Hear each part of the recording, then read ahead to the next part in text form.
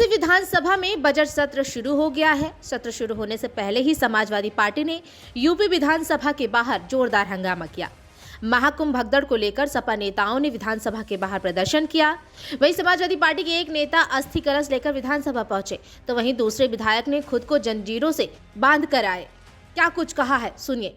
ये देखिए, double engine की सरकार बोलती है 25 करोड़ की आबादी का देश है, रोजगार दे नहीं पाए, जिस कारण से डंकी रूट से लोग जाते हैं। और जो ट्रम्प साहब को अपना दोस्त बताती है सरकार, क्या दोस्ती में इस तरह का निर्णय लिया जाता है? क्या दोस्ती में इस तरह की चीजें की जाती हैं? तो जो इन लोगों को सुनिश्चित करना चाहिए प्रदेश की सरकार को कि निश्चित रूप से क्या नाम अब कभी कोई आने वाले समय पर इस तरह कड़ी में ना आए। तो सुना आपने, सपा के विरोध प्रदर्शन पर सीएम योगी ने भी पलटवार करते हुए कहा कि विपक्ष हार का खुन्नस यहां न निकाले। उत्तर प्रदेश विधानसभा का सत्र 18 फरवरी से 5 मार्च तक चलेगा। 20 फरवरी को वित्तीय वर्ष 2025-26 के लिए अहम बजट पेश किया जाएगा। बजट सत्र में महाकुंभ भगदड़ समेत कई मुद्दों पर सत्ता पक्ष और विपक्ष में आर पार की लड़ाई भी देखने को मिलेगी।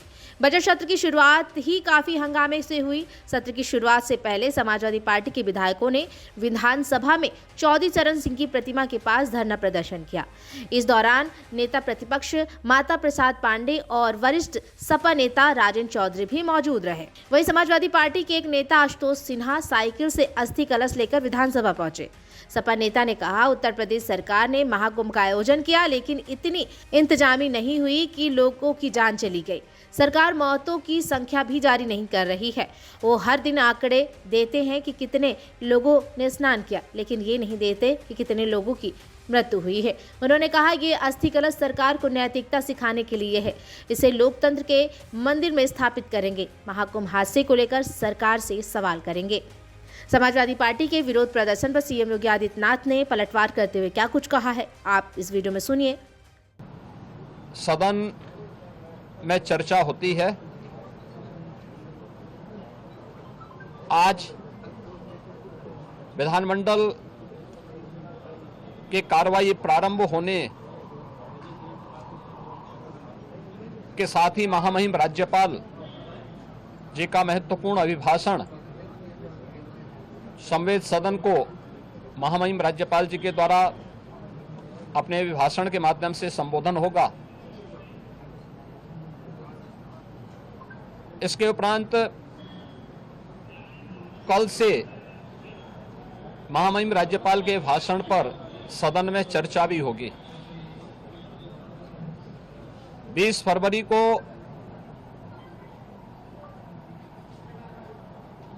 वर्ष 2025-26 का उत्तर प्रदेश का सामान्य बजट सदन में प्रस्तुत होगा। सदन 18 फरवरी से लेकर 5 मार्च तक के लिए प्रस्तावित किया गया है।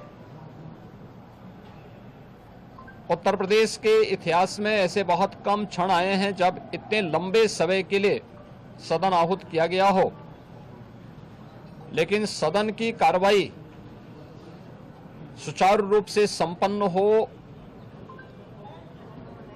यह केवल सत्ता पक्ष का ही दायित्व नहीं होता है, बल्कि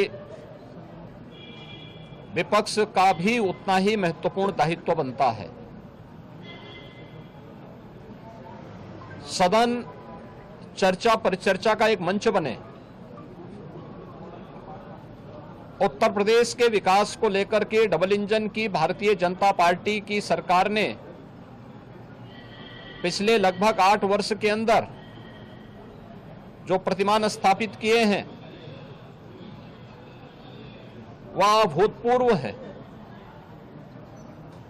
उसकी झलक अभिभाषण के माध्यम से भी और सदन के अंदर चर्चा परिचर्चा के माध्यम से भी देखने को मिलता है। उत्तर प्रदेश के परसेप्शन में आए हुए व्यापक बदलाव देश और दुनिया के द्वारा उत्तर प्रदेश को आकर्षण का केंद्र मानते हुए जो वर्तमान में स्थितियां दिखती हैं, स्वाभाविक रूप से हताश और निराश विपक्ष इन मुद्दों पर चर्चा करने से भागने का प्रयास करता है। सदन की कार्रवाई में बाधा पैदा करने का प्रयास करता है। विपक्ष अगर सार्थक चर्चा को आगे बढ़ाने में मदद करेगी तो मेरा अनुमान है कि यह एक बहुत अच्छा सत्र, बजट सत्र हो सकता है, जिसमें अगले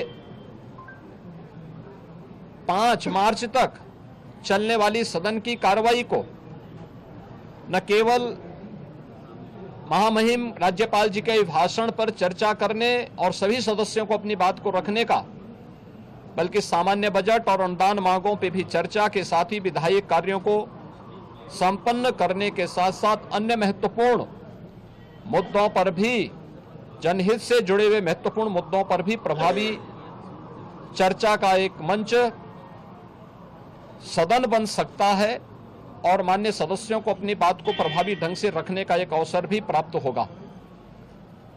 हम उम्मीद करते हैं कि हार की हताशा से परेशान विपक्ष अपनी इस खुन्नस को सदन पर नहीं उतारेगा। सदन की कार्रवाई को सुचारू रूप से संचालन करने में एक सकारात्मक योगदान की हम अपेक्षा करते हैं और मैं सरकार की तरफ से आश्वस्त करता हूं कि जिस भी मुद्दे पर,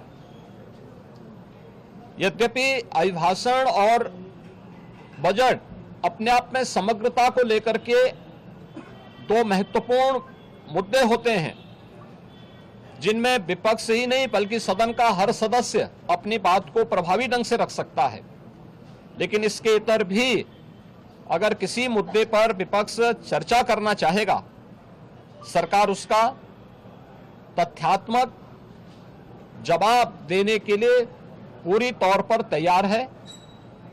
लेकिन हम चाहते हैं कि एक सार्थक चर्चा का मंच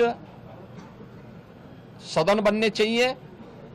आरोप प्रत्यारोप या फिर असंसदीय आचरण से इस समस्या का समाधान नहीं हो सकता है और मैं उम्मीद करता हूं कि महामहिम राज्यपाल के भाषण से उस सुदृढ़ और मर्यादित संसदीय आचरण की शुरुआत हम लोग विपक्ष के अंदर देखने का प्रयास करेंगे। उम्मीद करते हैं कि उस प्रकार का आचरण सभी माननीय सदस्यगण और खासतौर पर विपक्षी सदस्यगण सदन में दिखाएंगे, जिससे लोकतांत्रिक मूल्यों के प्रति आम जन की आस्था को और सुदृढ़ करने में मदद मिलेगी। तो सुना आपने, सीएम योगी ने भी कहा कि हम उम्मीद करते हैं विपक्ष हार की हताश से परेशान अपनी खुन्नस को सदन पर नहीं उतारेगा। मैं आश्वस्त करता हूं कि जिस भी मुद्दे पर विपक्ष चर्चा की मांग करेगा उसका मैं जवाब दूंगा। सदन से जुड़ी हर एक अपडेट के लिए बने रहिए स्टूडियो के साथ। चैनल को लाइक करें, सब्सक्राइब करें, शेयर करें और हाँ, बेल आइकन दबाना बिल्कुल ना भूलें।